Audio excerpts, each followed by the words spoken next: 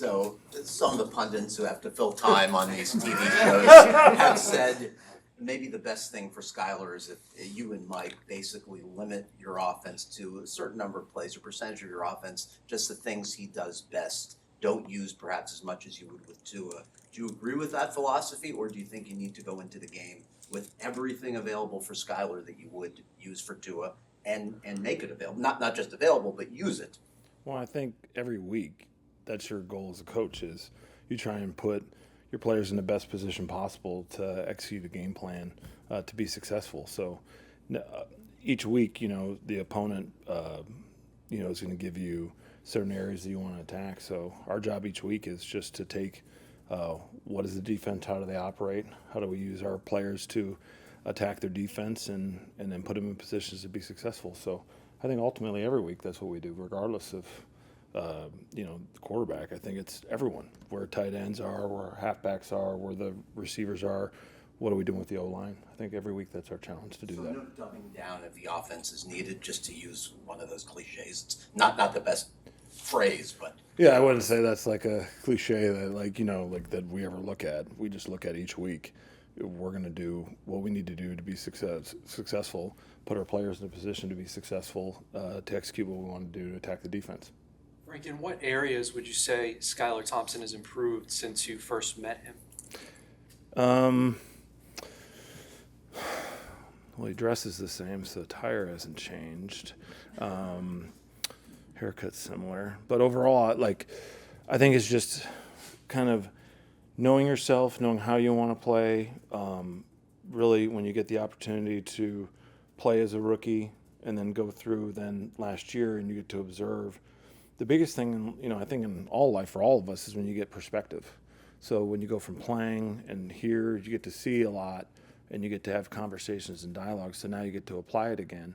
And I just think that his really understanding of himself, how he needs to play to be successful, and knowing his teammates, knowing how to, communicate to them, reach them. I just think overall you grow. I mean, the hardest year as an NFL player is your rookie year. Same thing as when you're a freshman in college. You don't know where anything is or where I need to go. And, each year things start to make a lot more sense. And I think that's been Skylar. And, he had a great camp and really excited for this Sunday for him and all the guys to get out there and play. We saw Teron, battling last week. When you make the decision whether he's going to play this week, do you leave it mostly up to Teron, or do the doctors have a bigger say, and do you consider the long term, having him in December also into that decision for Sunday? I think the biggest factor, especially with a veteran and a guy like Teron, he knows himself, better than anyone. So you naturally listen to the players giving you the feedback, how he's feeling and all that, where he's at for the game. And I think ultimately you're working that process with the player, because everyone else will have an opinion on certain things, but the player's got to be the one that's got to go out there and play. So with Teron, have the utmost confidence with him and, in the communication of the process all the way to the game. When you're seeing the shift of, obviously Skylar came in end of the game and against the Jags, but did you see a shift now knowing that, hey, he's going to be starting? Is there anything that you've told him personally? I know it's cheesy, but saying you got this, because it is a big change from, hey, you're going from backup to now starting now the next couple games, if so.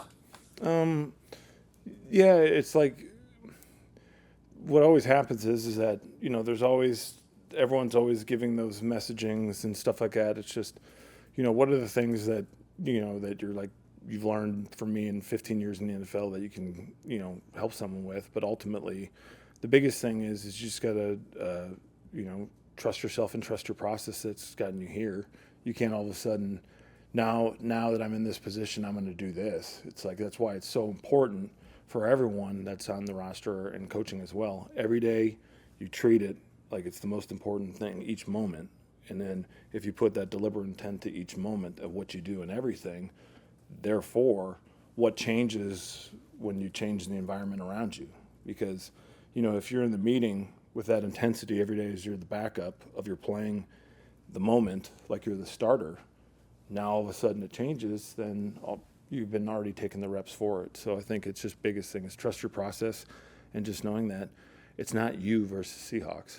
It's the Miami Dolphins. It's all of us. So I think that's the most exciting thing is when you play a game on Thursday the way we did, we're excited to play this game with all of us together, having us back. On preparing for the sound in that stadium. It's a loud place. Yeah. No, I mean, yeah. I mean, I'm back there, and when I was with the Saints, we played there in 2013, and I mean, it was play there on Monday night too. At night, it was something else. So, yeah, I mean, we work through that in training camp, and we have our ways that we know we can effectively operate in the noise. So it'll be a good challenge, and like all the places on the road, every place is challenging with the noise. So it's stuff that we've been working on, and we'll make sure we're ready for it on Sunday. Frank, yesterday the NFL announced the modern era nominees for the Pro Football Hall of Fame. On the list was Wes Welker. Oh, really? Could you make the case for Wes Welker being in the Pro Football Hall of Fame for us?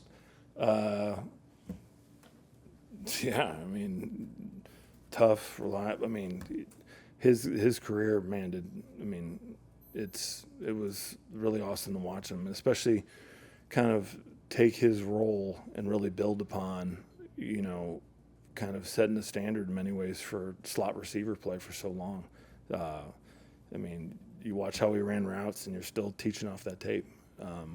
Just natural instincts to leverage, recognizing space, communication with the quarterback, all things that, he applies as a coach. So, totally could see it happen. Hopefully it does for him. Do you think he would get open if called upon to play slot receiver on Sunday? Yeah. I think so. I mean, man-to-man, vice, that might be challenging. But zone, I think he definitely knows where they're going to be and how to find the space.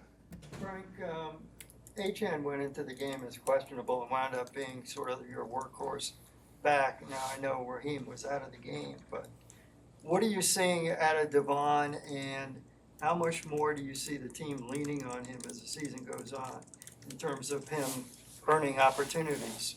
Yeah, that's a great one, Hal. You talk about a guy from his rookie year to his second year, like the growth, the understanding, knowing himself, really having a tremendous offseason. So everything he's done so far has been really a testament to him and his work with, Eric and the extra time he's put in. I mean, it's just his natural instincts feel as a runner, when you're able to now expand upon certain things. I mean, because really at A&M you could see his receiving skills too. I mean, it wasn't as much, but you could see he can see the ball in the air and he can go find it. So it was on his college tape, and his ability as a runner was on his college tape. So really it's like him now knowing how he needs to play, how he fits in the offense, and his timing and his understanding of stuff. And I think that all goes into his process and his work ethic. So, very excited with what he's done, and really look forward to Sunday and the rest of the year and seeing how he keeps growing throughout the whole season. Regarding Aaron Brewer, I don't know how to judge offensive line play, but I think that I've seen really good things from him at center. What have you seen for 2 games from Brewer? Yeah, same thing. The athleticism, the range, the bend and coil, like his run blocking. I mean, he's extremely quick out of his stance, his ability to man reach and get on level 2, his range and pass protection, working with others. I think, and it plays into like a lot of the guys that we have. When you have versatility on the line, it gives you perspective. And I mean, clearly you can tell I value that, because it's like the hardest thing is like when you get put in one thing, I do one thing only, one that. It's like, okay, it shapes your mind a certain way, but the minute you have to do multiplicity, this is how it fits, and especially for center, once you know how the guys next to you play. Because like in high school I played left tackle, and then played center in college and left guard in college, playing across the line. It helps broaden you, and you understand, why that's important, or how I help here, or how I need to block something to help my teammate. So I think that's what he really understands, and I think his athleticism is pretty clear on tape too. This morning, I think Mel Kiper may have lost his mind. He called for the banishment of the 2-deep defense. I don't think there's a team in the league that would benefit more from that rule change than the Miami Dolphins. your thoughts on all the two deep you guys have seen. I think I think the Bills were in cover two like 38% of the time. You saw zone defense like 80% of the time on Thursday. What's this team need to do to crack that zone defense? I think again, it's us collectively executing each play and timeout together. Because football's a game of there's 11 guys that got to operate together at the same time to get something accomplished. One guy may do something great, but you still got to count on everyone doing it collectively together. And I think that at times we're operating well, and other times where it's like, we understand why, where we need to clean up things. But yeah, I mean, you'll get certain things until, you're able to build consistently to, make them get out of it. So, that's why this week's been great for us. Great learning lesson last week that we can, use yesterday and today to keep getting better on. So on Sunday we can learn from what we, needed to improve on from Buffalo. People do say that playing too deep against this defense is, the golden key to shut you guys down. Is that fair, or do you think no, it's more on what you've been doing? I don't think it's ever really just it's never as simple as, hey, it's because of this, therefore it's that. I think it's more of, okay, if they're doing this, okay, well, we need to make sure that we're operating well and connected and we're doing what we need to do. So I think that's the biggest thing from the game is just like collectively us is just making sure that we're operating well together, and whatever the defense is doing, we understand what they're trying to do so we can maximize what play we're doing as we're attacking it. Frank, I think Jonnu Smith has 9 touches, and off the top of my head, some pretty creative ways. What has he added to the offense so far? Yeah, it was the same thing he said when he came in his visit in free agency.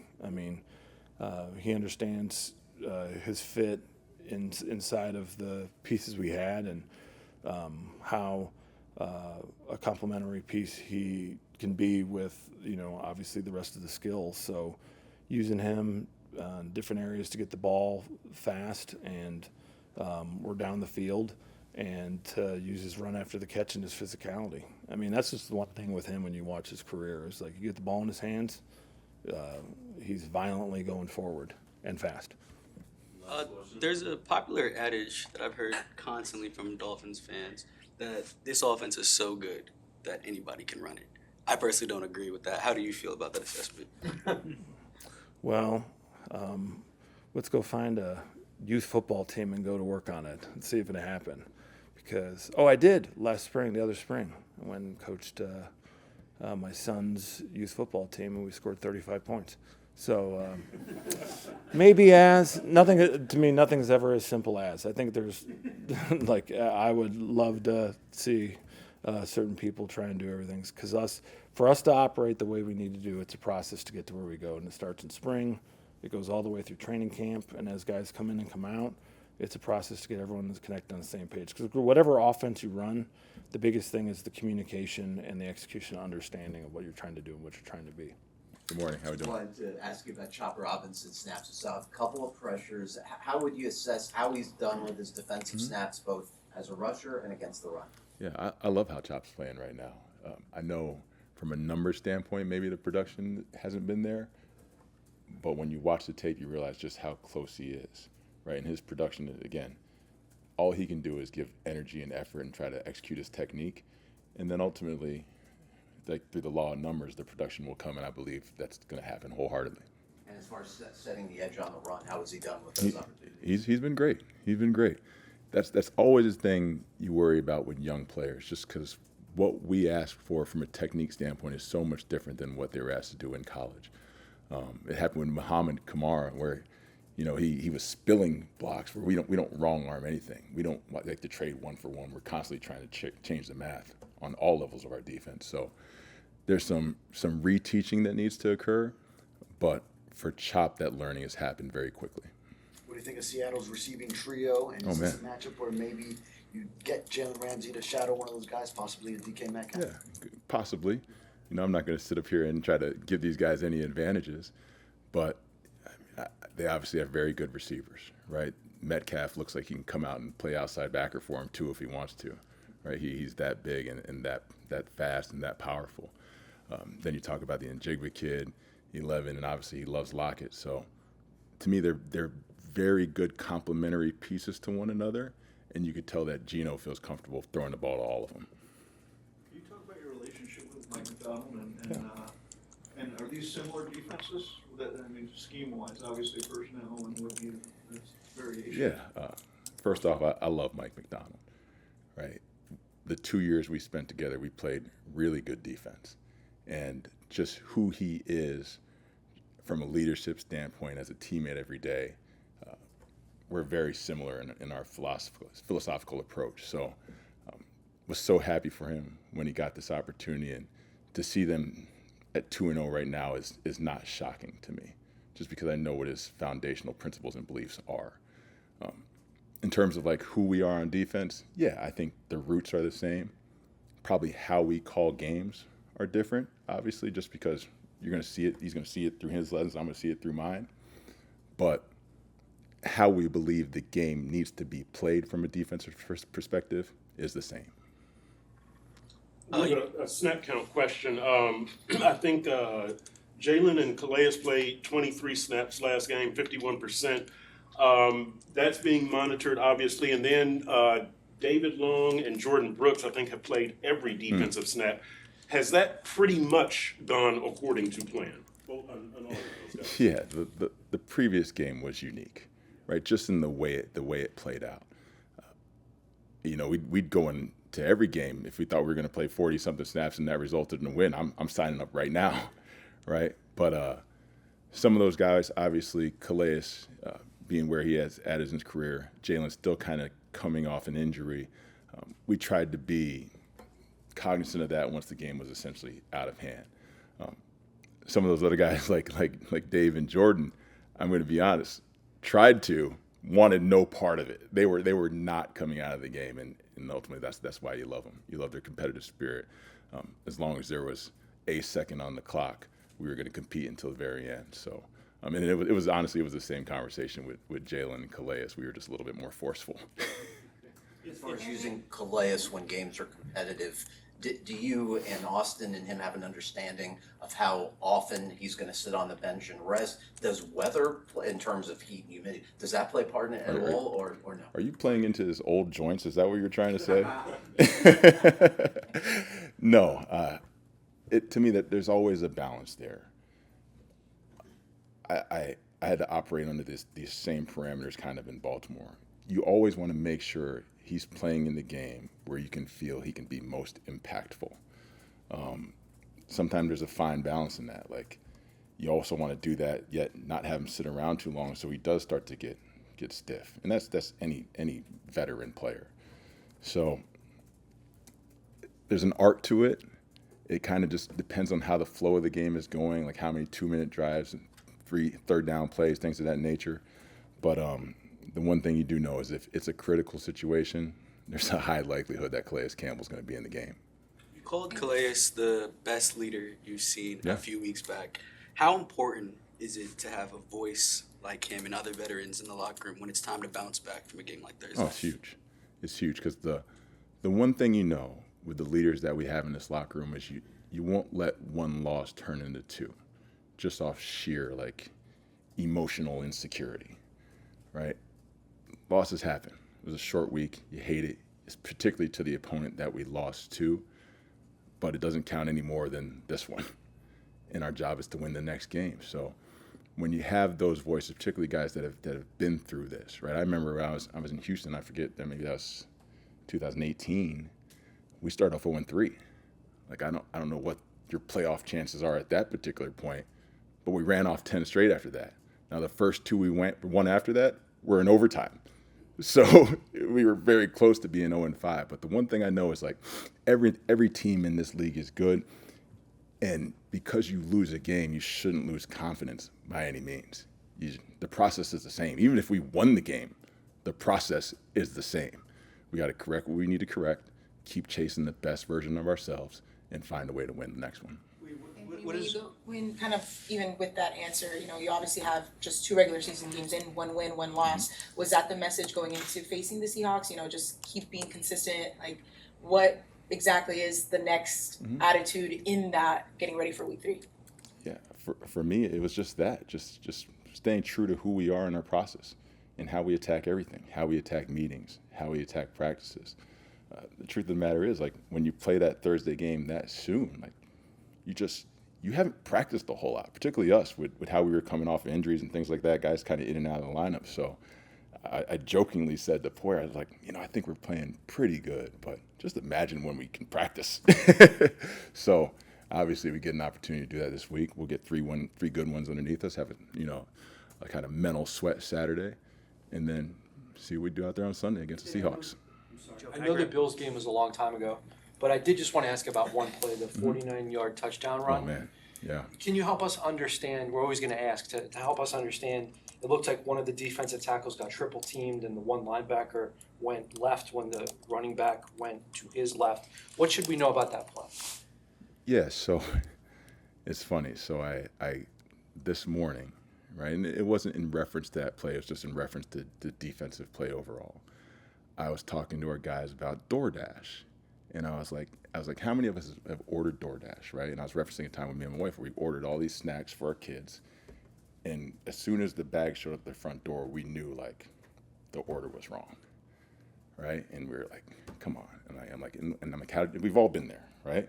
And you're pissed off and you're angry. And I go, but why did that happen? Poor communication that led to poor execution. And really, that's what happened on that play. Our comms there was a breakdown in communication, and ultimately we left the gap unfilled. It's not about pointing the finger. It's about getting it corrected. And again, I think the more we can talk, the less we allow those negative plays like that to happen. We wanted to ask about the defense's mindset when a starting quarterback goes down. I mean, human nature would suggest, hey, we gotta step up on our side because, you know, who knows? Is that a mindset? Is that something you have to fight against? Maybe doing too much when you're down a quarterback? Yeah, I always think we have to step up on our side, regardless of what's going on offense. It's again, in this game, like, I love our offense. I love what we do. I love how aggressive we are. I love the way we attack down the field. I love the pieces that we have. But we're trying to be the best defense in the National Football League, plain and simple. I love Skylar Thompson. We believe we can get that done. But we have to handle our business. So for guys to think like we need to step up, shoot, our team collectively needs to step up. We lost Tua. We lost Tua. I just saw him. It's the first time I've seen him actually since it happened. He looks great, by the way.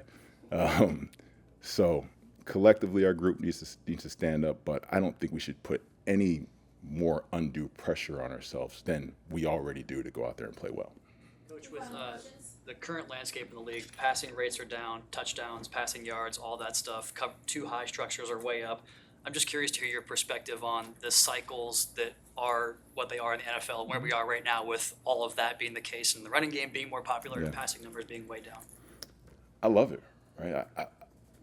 To me, the chess match in it all and kind of the cyclical nature of the game and how everybody's trying to punch, counterpunch, and try to figure out and stay ahead of the trends, you have to love that piece of it. So we're constantly scouring every bit of film that we can watch, whether it's something innovative on the college level that we're watching when we're scouting these young college players, or trends that are happening throughout the league, just to make sure if it is, you're able to incorporate that in your system and not confuse your players. And it allows you to be more multiple when you try to do so. Regarding Chop, you said he's played well, but you haven't seen the numbers. Mm-hmm. That was what was said about him in college also, that he played well and those sack numbers weren't there. At what point do you need to see numbers from a first round pick, knowing that Jalen isn't healthy and knowing that Chubb isn't there? Like, do you need to see numbers at some point? Yeah, but that's not on that kid alone, right? He's had some good rushes, and sometimes you haven't had the coverage to match what he's doing, and vice versa, right? So to me, it's for that kid in particular, the numbers will come as he earns more reps, right? And as he continues to earn trust with his teammates and we find more reasons to put him out there, I I believe that those numbers will come because a kid plays too hard, he's too talented, he listens, he takes the coaching. It's inevitable. Tell me what's pleased you with your group through 2 games and a priority point of an area where maybe you're not as pleased with as you'd like to be. Well, I think from the opportunities that we've had, I think we've done a good job of executing in those situations. You know, we haven't had a lot of opportunities. You know, punt-wise, we haven't punted a lot. Punt return, we haven't gotten a lot of opportunities. But when we've gotten opportunities, I like the decision-making. I like how guys are playing. I like how the specialists are executing. So, you know, as we all know, this thing changes in a hurry. You know, there's going to be times where you don't have a lot of action, and next thing you know, you have a lot of opportunities. So the guys are working hard. We're having a good week of practice, which is nice to get back into the swing of a normal week. Long way to go. It's going to be a long season. We have a lot of things that we can continually work on. You know, the more you are able to take looks around the league and what's happening, and not only in, you know, with the new kickoff and kickoff return rules, but around the league and some of the situation stuff that's come up, there's a lot of things to learn from. Danny, we've seen Tyreek deep on a punt return. Will we see more of that this season, do you think? It depends on a myriad of factors. So it wouldn't surprise me if he's out there again, and based on situations and games and what's going on, and you know, there may be certain games where you don't see him at all. So it's an influx, fluid situation, and you know, we have several guys, as we've talked about time and time again. There's guys that you feel good about being back there that, you know, are going to make good decisions, but more importantly, are very explosive players with the ball in their hands. And regarding Chop, I thought I saw him get close to a punt once. He's probably a guy who doesn't play many special teams because of the quality of his play from scrimmage. How has he done special teams-wise? He's done good. You know, he's another prime example of a learning curve. You know, we're asking him to do some things that he hasn't done in his past, which again that's the nature of the beast in college football. You know, you get rookies that don't play a lot in the kicking game, and because of the limited numbers that we have, they need to. But he works hard. He's a conscientious student, and then you know, obviously a very skilled player that we're very happy to have. And then Jeff Wilson has been in there. I don't recall seeing him last season doing much special teams. That right? That's a good way to get him snaps. Yeah, correct. Well, and it's, you know, it's like, you know, when on the game day roster, you know, with what's available and who's available and how you can use certain guys. It's a always influx thing. You know, a year ago, you know, Jeff was, you know, on IR a little bit, and then he was healthy, and we had some other running backs that contributed in other ways. So, again, that'll be a constantly changing thing based on availability. Does the ball travel farther on kicks and punts, or that's not really a thing in Seattle? Not really a thing there.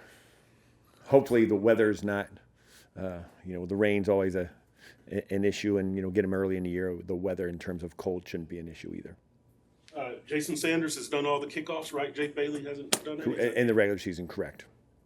And then on the extra point and field goal, I don't know what the wing guys are called officially, but you've got Calais and Zach Sealer out there, guys with a lot of length. I think last year Christian was out there who doesn't have a lot of length. A change in, are they better suited? Change in philosophy? What? No, and that body type, and even though you have the longer in what you have this year, you know, and then with Christian, you had, you know, so athletic and being able to bend and lean and be able to create width to that formation. So there's a couple of ways of doing it. You know, there's two different bodies type when you look at Calais and Christian, but two guys that were very good and at doing that. So, Eric, it was interesting that Achan went into the game with an ankle. He hasn't had that ankle, right? He wasn't on the injury report. What does that say about him, his power of recovery and his durability that, you know, 29 touches and he comes out healthier? Yeah, I don't know what it says about his. I think it speaks more to the amount of time and effort that he put into getting ready to play. He was in the building. He was doing everything possible that he could to make sure that he was as healthy as he could be going into that game. And I think that's, you know, it shows his passion for wanting to play and wanting to contribute to what we're doing.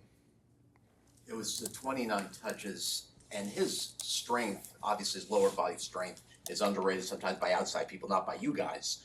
But does he have the body to sustain that kind of workload? Not that it's going to be 29 touches every week, but.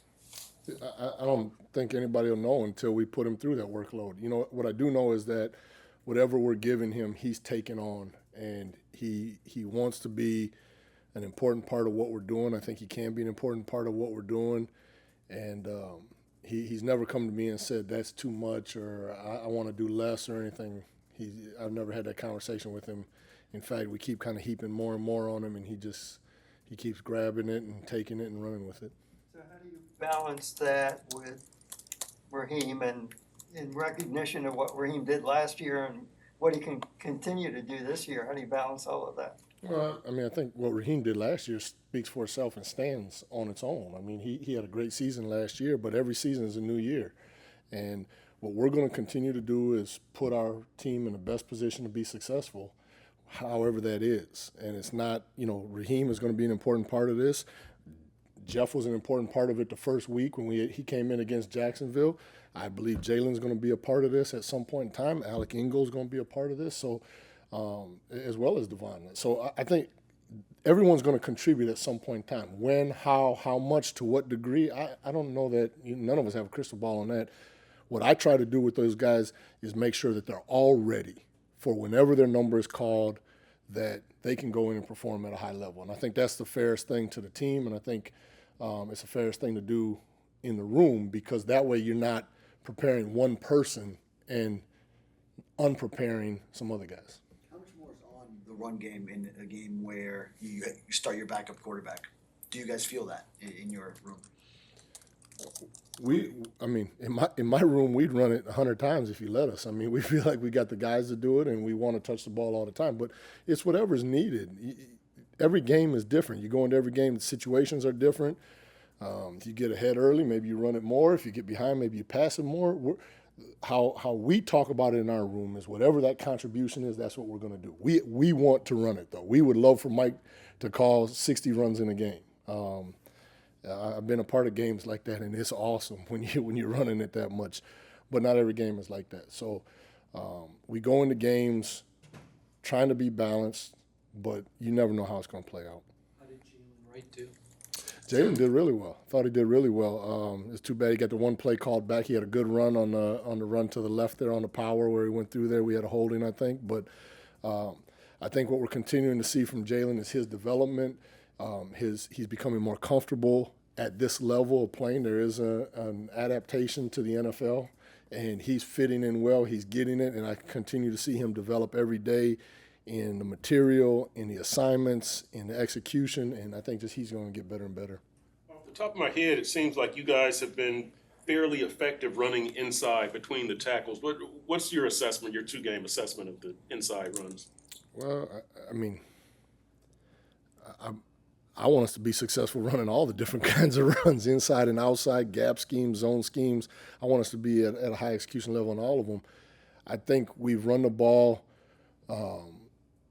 inside well at times. I think there's some times when there hasn't been a lot in there. There's some times when we've missed some things that in the outside zone stuff that we've missed a couple things that we could have done better. So we're continually a work in progress, evaluating all these things, trying to get everybody on the same page.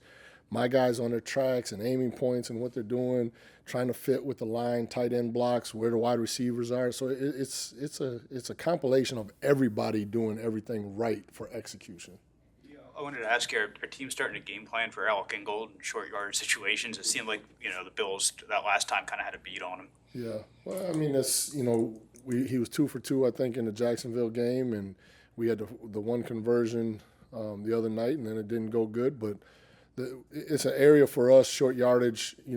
Those 3rd and 1 situations, we want to make sure we convert and give ourselves a chance to stay on the field. And so utilizing Alec, I think, gives us the potential to have another option doing that, but we have a lot of good options, whether pass, run, different runners doing it. We want to make sure that the defense is, we give them lots of different things that they got to defend. One more thing on Jalen Wright. Obviously, he was a very high per carry guy in college. You mentioned the one run that was called back. I guess the sheer numbers were 5 carries, 4 yards. Mm-hmm. Did he maximize his opportunities? Was it blocking breakdown primarily that led to the modest numbers in a small sample size? Yeah, I think with Jalen, he's doing everything we're asking him to do. He's trying to put the ball in the right spots. He's trying to do the right things on that. How that happens, what the actual outcome of the plays sometimes it's better than other times, but he himself and what we're asking him to do, his growth and development is on an upward trend, and I think we're going to continue to see that trend. The greater activity in the pass game for Devon, how have you seen him take that on this whole offseason leading up to the Well, I think we talked about it, that I believe we have a very talented room. And one of the things in our room we talk about is being complete backs, not just runners. If it's pass protection, we've got to be able to do that. If it's making guys miss in space, we have to be able to do that. If it's running routes and catching the ball, we need to be able to do that. And so we've kind of pushed that agenda of being complete backs in the whole room. And we've done that more with Devon going forward. But we've run other routes with those other guys. We've done down the field routes with Raheem in the past.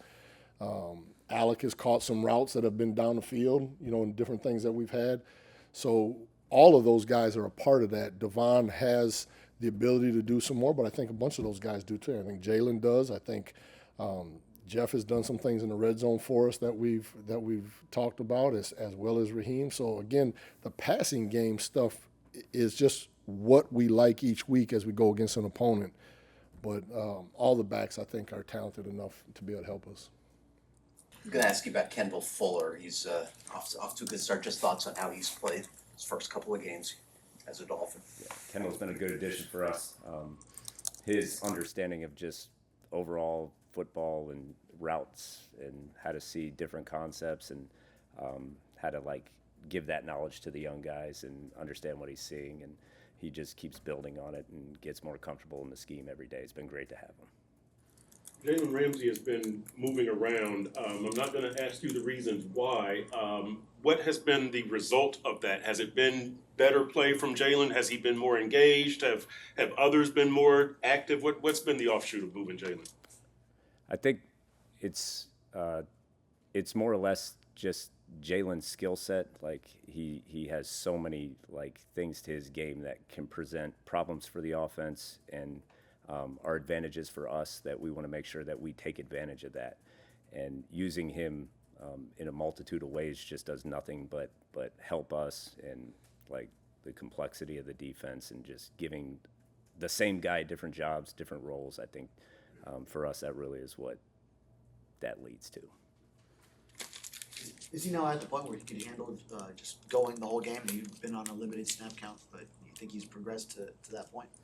Well, this has been his first week where he's fully. I mean, because obviously we had the short week last week, and then prior to that he was still working himself back. So we treat it just like it's kind of each one's an individual entity of each other as far as the weeks go. But we definitely feel more comfortable every day that he goes out there and every day he practices and where he's at physically. In terms of why, I was going to ask you, Ryan, about Storm Duck's specific skill set, the things that you and Anthony and Mike and all the coaches like about him that have made you have him up for both games. Yeah, Storm's he's done a good job, just embracing the role, improving. The moment hasn't been too big. He's a physical guy, has good size, plays with good speed. He's disruptive when he's playing man coverage and zone coverage. So those skills for us, we're impressed with him. We like to keep developing him and keep him growing. So obviously in that position, there's only a limited number of helmets they give you for game day. So everybody, we do feel good that everybody on our active roster, whenever their opportunity comes, that they're going to maximize it. So. This passing game with Geno Smith and Jackson Smith and Jigba, DK Metcalf, Lockett, what do they present? What is the danger? I mean, they seem to, experience, speed, size, youth. What's their big danger, do you think? Yeah, Seattle has a little bit of everything. I mean, they have somebody, obviously, who's big, strong, fast, and can stretch the field vertically. They have somebody under, a slot receiver who can win on a wide variety of routes. The quarterback's been playing really good since he's got there. And obviously the running backs are very skilled as well. They have different skills, obviously, than receivers, but then independent of each other. So, and Lockett's been solid throughout his career, obviously, and Noah Fant presents problems too in the pass game. So they have a good skill set. So it's no surprise how Geno's been playing recently over the last few years. and how he's like taken the opportunity to go to Seattle, kind of resurrect himself, and now taking complete control of his opportunity. What have you seen from Jordan Poyer so far as his experience, his skill, his hitting ability, everything? Everything. Yeah, that's what I would say. Everything. He's been great for the room. He's a tremendous leader. He understands, almost like earlier with Kendall, he understands a lot of concepts defensively, offensively. He's experienced a lot of different things. He is physical. He understands how to put himself in the best position to be effective as he can at his job. So he's been a great addition. Love having him as a player and as a person in the room. It's been great. How would you assess the communication on the back end through the first 2 weeks? It's like communication in this defense is always, even if you're communicating great, you always want to put a point of emphasis on that.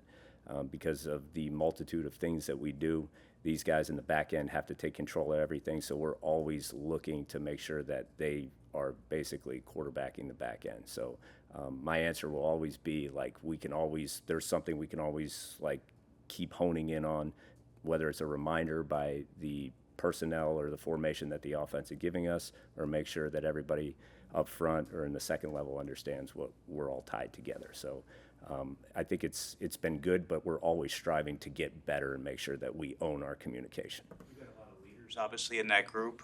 Who's the quarterback of that unit? Who's the one that makes sure everyone's lined up and good to go? Yeah, well, the way communication necessarily works is usually it comes like the call will come in, obviously, to the green dot guy, and then the safeties they see the big picture of the whole formation first, so they usually can give the alerts, but then communication is given, so it must be received from the corners. So it's those two positions between the corners and safeties are almost tied in a string, that they gotta make sure that each of them are on the same page every play, whether it's corner giving it to safety, safety giving it to the corner.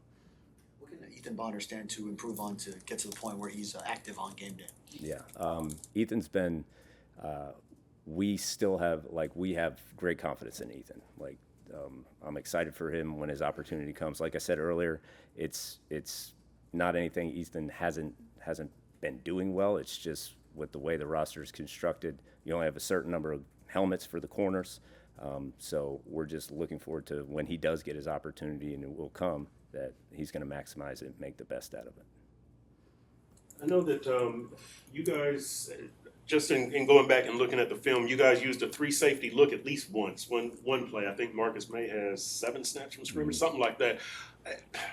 Without giving away secrets, how well has the 3-safety look worked for you? Do you think it will be a bigger part of the defense? I know that's hard to answer without giving away strategy. Right. Marcus that's another guy that's had, Marcus was in 70-plus NFL games prior to coming here, and he started every single game. So he's someone who has a lot of experience, a lot of versatility, and he brings a lot to the room. So us defensively, we want to make sure that we can give these guys that are, I don't want to say that have experience and can orchestrate the back end or have the ability to make plays. We want to make sure that we give them the opportunity to do so. And in this defense, that's one of the beauties of it, is you can do that through multiple corners, multiple safeties, all playing. So just with someone with his experience, his ability to make plays, we want to make sure we're presenting options to put that on the field. I think you crossed paths with Geno Smith and with the Jets. Yes, yes. Okay. What do you see now, maybe, that you didn't see when he was, younger? Yeah, that was a while ago. That was 2015. Yeah, he was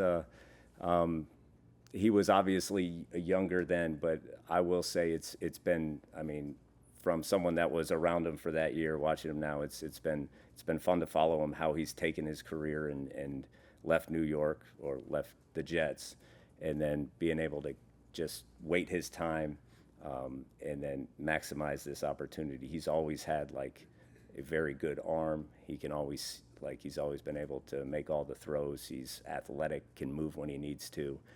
So it's been good to see him take those steps from being a young player to now where he's at, and this many years later to be where he is now. We've seen, obviously, flashes or more than 3 years from Javon of impact plays as we saw in the Yeah. Jacksonville game. How far do you think he is from his ceiling of how good he could be? I think Javon's skill set, like he can do. There's not really anything that's inside the job description of a safety that Javon can't really do. So his skill set is just so broad, so dynamic that plays like where he's punching the ball out, where he's impacting the ball, he does that multiple times in practice. So for him, the biggest thing is like he just makes a habit in practice out of turning those into game reality. So like we're happy that like he's been able to take those plays from practice, apply them to the games, and hopefully that just keeps impacting our defense in a positive way.